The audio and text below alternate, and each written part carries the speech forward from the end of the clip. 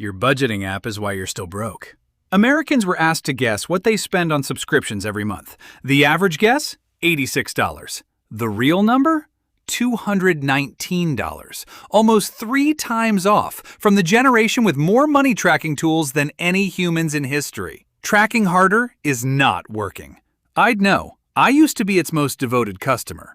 We're doing a giveaway, and your ideas are your ticket in. Drop a comment with a video topic you'd love to see. A fresh idea every time. Here's the twist. When we hit 1,000 subs, the winner comes from the newest video's comments. And nobody knows which video that'll be. So comment your idea under every single upload to stay in the game. You've got to be a subscriber. And the more ideas come in, the bigger the prize. So, what should I make next?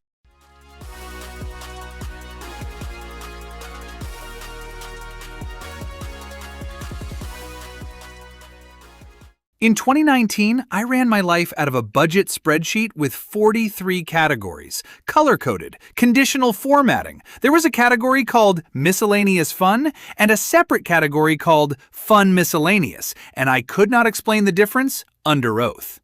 That spring, I still overdrafted my checking account buying gas on a Tuesday. $34 fee while paying $14.99 a month for an app whose entire job was preventing that exact moment. Same week, I walk past the desk of a guy at my warehouse job.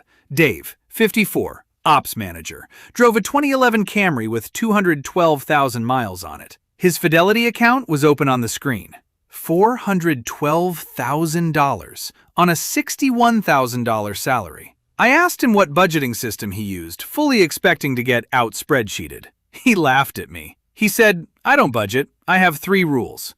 43 categories, negative money. 3 rules, $412,000. That sentence rearranged my brain. I stole all 3, then added a 4th of my own after the most expensive afternoon of my life. And the 4th one sounds like the worst money advice you've ever heard, right up until you see what ignoring it cost me. Rule 1 first, because it's the one Dave seemed almost embarrassed to say out loud. Dave's Rule 1. The day money lands, some of it leaves before you can touch it. He set up an automatic transfer into his investments back in the 90s and hasn't manually saved a dollar since. Same era as the turkey sandwich he still packs every single day. The man does not renegotiate a decision.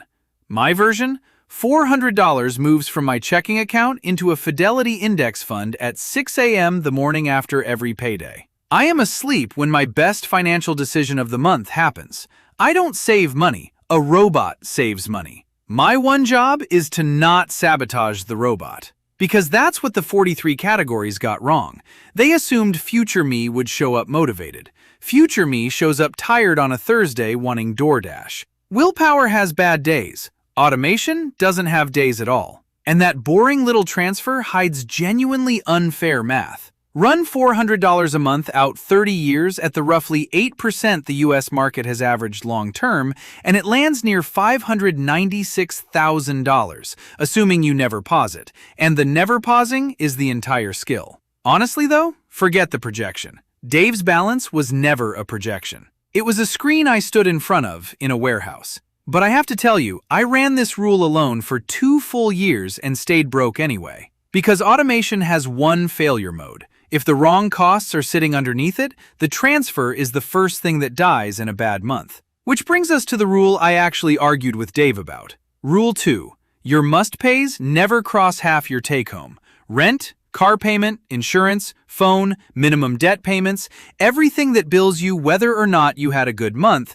fits under 50% of what actually hits your account. Take home $3,400, the survival stack stays under $1,700. I argued because I was sure that was impossible where I lived. It wasn't impossible, it was inconvenient. I moved in with a roommate and my rent dropped $480 a month, which, funny enough, is more than the robot needs. The half line is what lets Rule 1 survive contact with real life. When must-pays eat 70% of a paycheck, one flat tire becomes a credit card balance. The transfer gets paused just this once.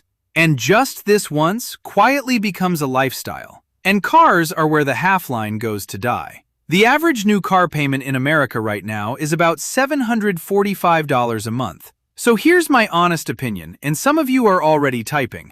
If your household makes under 6 figures, you should never have a new car payment. Not shop smart, never. Buy the 5-year-old Camry or Accord and let a stranger eat the depreciation for you. I can hear it now. Easy for Dave, bet he didn't have kids. Dave raised 3 kids on that salary. 3. The kids were his expensive thing, and the math still worked because everything underneath them stayed cheap. You get one expensive thing. His was children. It wasn't a truck.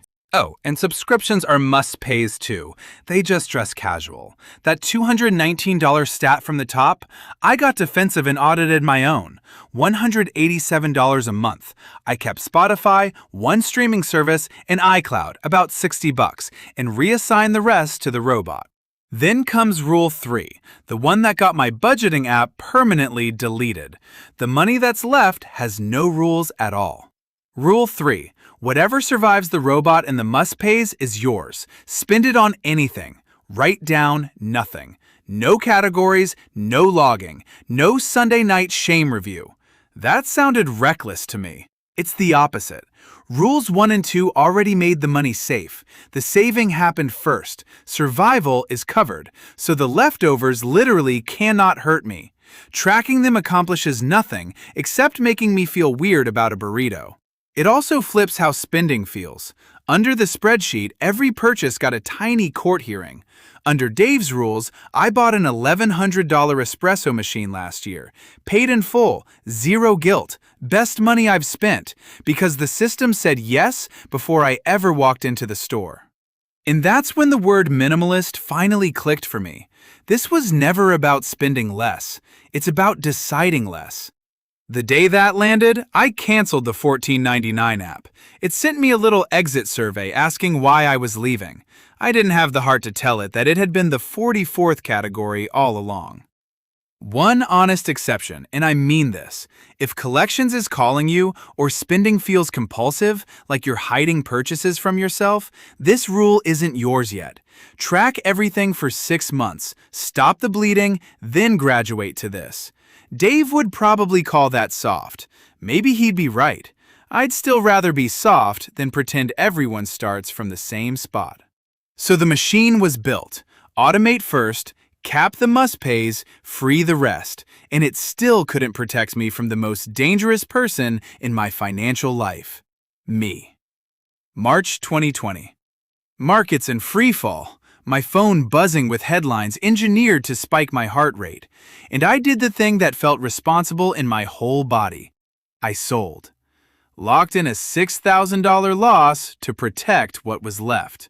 Told myself I'd buy back in once things calmed down. By August, 5 months later, the S&P was back where it started. Calm never sent an invitation. I bought back in higher, poorer, and a lot quieter. 3 rules running perfectly, and the owner walked in and kicked the machine. So Rule 4 is mine. I look at my investments 4 times a year. January, April, July, October. No brokerage app on my phone. Between check-ins, the robot works in a room I don't enter. I know how that sounds. Pay less attention to your money, says the finance guy. But a few months after my $6,000 afternoon, a podcast made me put my fork down. Fidelity supposedly studied which of their accounts performed best, and the winners belonged to people who forgot the account existed or had died. I laughed. Then I did the math on being extremely alive and extremely attentive and stopped laughing. And whether that story is perfectly true, the measured version is. Morningstar tracks the gap between what funds earn and what the humans inside them actually keep, because we pile in high and bail out low, and it runs around 1.7% a year. Stretch that across a working life, and your own attention becomes one of the most expensive things you own. That's the real lesson 43 categories never taught me, and one bad afternoon did. Money systems don't fail because the math is hard. They fail from too much contact. Every extra rule, every daily check, every little tweak is one more moment where a tired, scared, or bored version of you gets a vote.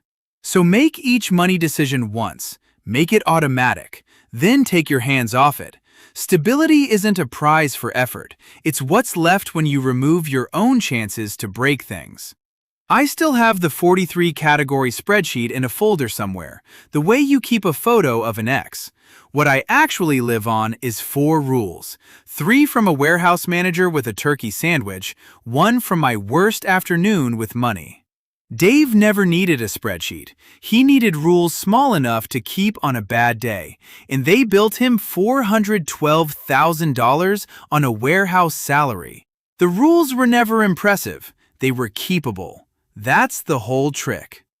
Comment the one money rule you're deleting this week. I'll go first. The daily portfolio check, dead since 2020. In the next video is the 15-minute setup that puts all 4 rules on autopilot. Subscribe so it finds you.